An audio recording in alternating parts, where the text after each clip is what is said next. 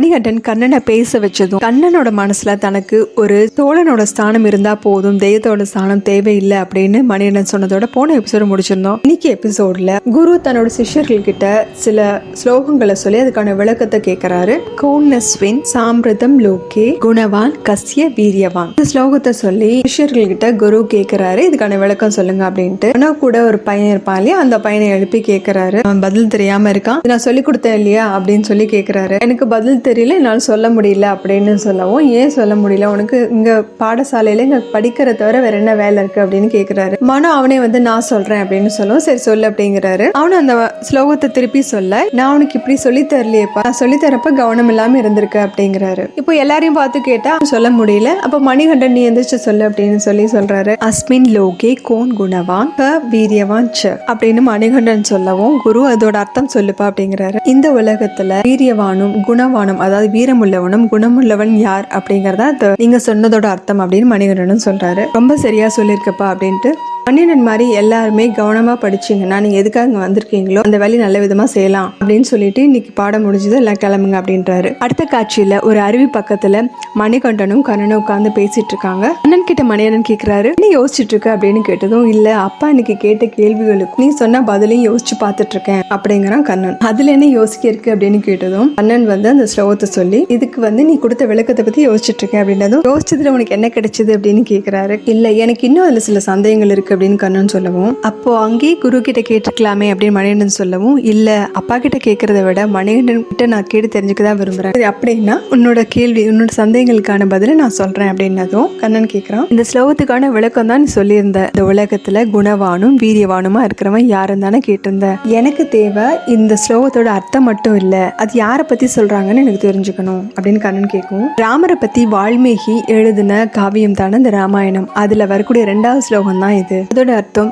குணவான், தர்மத்தை கடைபிடிக்கிறவன், மகான், தெய்வ புத்திரனாகவும் இருக்கிறவன். இந்த எல்லா குணங்களும் நிறைஞ்ச ஒருத்தர் இருக்கான்னா அது ஸ்ரீராமச்சந்திரமூர்த்தி தான். இந்த ஸ்லோகத்துல வால்மீகி ராமரை பத்தி இந்த மாதிரி சொல்லியிருக்காரு, அதுதான் அப்படின்னு சொல்லிட்டு வால்மீகியோட ராமாயணம் 1000 சூரியங்கள் மாதிரி பல காலத்துக்கு பிரகாசத்தோட இருக்கும். அந்த ராமச்சந்திரமூர்த்தி தபஸ்விகளோட வாக்குகளாகவும் அவங்களுடைய எழுத்துக்களாகவும் இருக்காரு அப்படிங்கவும், நீ எனக்கு எப்படி வாக்கு வன்மை கொடுத்தியோ அதே மாதிரி அவரும் ரிஷிகளுக்கான வாக்கு வன்மையும் கொடுத்தாரா அப்படின்னதும், ஆமா, அந்த வால்மீகி பத்தி உலகம் எப்படி போற்றி சொல்லுது தெரியுமா அப்படின்னு சொல்லிட்டு ஒரு ஸ்லோகத்தை சொல்ல, அதுக்கான விளக்கமும் கண்ணன் கேட்கிறான். அதுக்கான விளக்கம் என்னன்னா, ராமா ராமா அப்படின்னு மரத்தை பார்த்து உச்சரிச்சுட்டே இருக்கிற வால்மீகி அப்படிங்கிற கோவிலத்தை, அதாவது கோயிலும்னா குயில், வால்மீகிங்கிற குயில நான் வணங்குறேன் அப்படின்னு உலகமே சொல்லணும்னு மணிகண்டன் சொல்லவும், அப்படிப்பட்ட வால்மீகிக்கு ஒரு குரு கண்டிப்பா இருப்பார் இல்லையா, அவர் யாரு அப்படின்னு கேட்டதும் மணிகண்டன், ஆமா இருக்காரு, அவரு சாஷாத் அந்த பிரம்மதேவர் தான். ஏன்னா அவரு தான வாக்தேவியான சரஸ்வதியோட கணவரும் அப்படின்னு சொல்லிட்டு ஓம் பிரம்மதேவாய நமக அப்படின்னு கும்பிட, இங்க பிரம்மாவுக்கும் அது தெரியுது. பிரம்மாவும் இதை சந்தோஷமா பார்த்துட்டு இருக்காரு. இங்க கண்ணன் கேட்கிறான், இந்த விஷயங்கள் எல்லாமே உனக்கு எப்படி தெரிஞ்சது அப்படின்னு மணிகண்டன் கேட்கவும், புத்தகங்கள் மூலமாவும்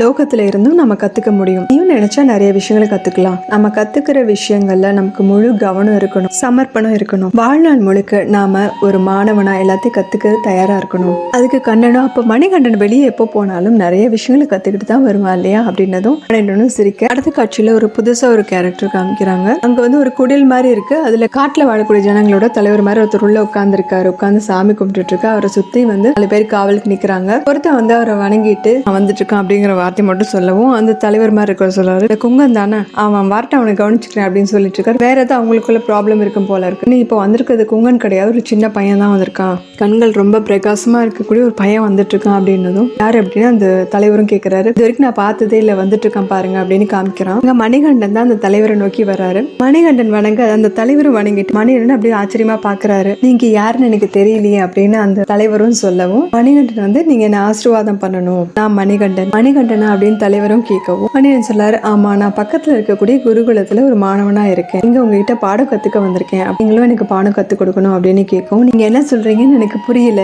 இது ஒரு காடு, நாங்க காட்டுவாசிகள், நாங்க இங்க இருக்கக்கூடிய காய்கனிகளை சாப்பிடுறோம், ஒரு நாள் முடிவு வந்துச்சுன்னா கிளம்பிடுறோம், எனக்கு என்ன அறிவு இருக்க போகுது, என்கிட்ட என்ன நீங்க கத்துக்க போறீங்க அப்படின்னு கேட்கவும், அப்படி சொல்லாதீங்க. என்னோட இந்த தட்சணையை ஏத்துக்கிட்டு என்ன வந்து உங்களோட மாணவனா ஏத்துக்கோங்க, உங்களோட ஞானத்தையும் எனக்கு கொடுங்க. நான் உங்களை பத்தி கேள்விப்பட்டிருக்கேன், உங்களோட வைத்திய முறைகளை பத்தியும் பாம்பு அடக்கக்கூடிய மந்திரங்களை பத்தியும் குருடனுக்கு கண் பார்வை கொடுக்கக்கூடிய உங்களோட மூலிகைகளை பத்தியும் கேள்விப்பட்டிருக்கேன். இது எல்லாமே எனக்கு தெரிஞ்சுக்கணும்னு ஆசைப்படுறேன், நீங்க தானே சொல்லி கொடுக்கணும் அப்படின்னு மணிகண்டன் சொல்லவும் எனக்கு நீங்க சொல்றது ஆச்சரியமா இருக்கு. இதை பத்தி தெரிஞ்சுட்டு என்னப்பா பண்ண போற? மணிகண்டன், அறிவு அப்படிங்கிறது இருந்தா தானே ஜீவிதம் அப்படிங்கிறது இருக்கும், வாழ்க்கைங்கிறது இருக்கும். அறிவு அப்படிங்கிறது கடல் மாதிரி, ஒரு ஜென்மத்துல அது எல்லாத்தையும் கத்துக்க முடியாதுன்னு என்னோட குரு அடிக்கடி சொல்லுவாரு. குருவும் சம்பாதிக்கிறாரு சொல்லி தரத்துக்கு, இவரும் காலில் விழுந்து வணங்கி ஆசீர்வாதம் வாங்குறாரு. உங்களை நான் குருவா நினைக்கிறதுனால உங்களை குரு மூப்பன்னு நான் சொல்றேன் அப்படிங்கிறாரு. அது உங்களோட இஷ்டம் அப்படின்னு அந்த தலைவரும் சொல்றாரு. இதோட இந்த எபிசோட் முடியுது. அடுத்த எபிசோட்ல பார்க்கலாம். சேனல் லைக் பண்ணுங்க, ஷேர் பண்ணுங்க, சப்ஸ்கிரைப் பண்ணுங்க, பெல் பட்டன் பிரஸ் பண்ணுங்க. தேங்க்யூ.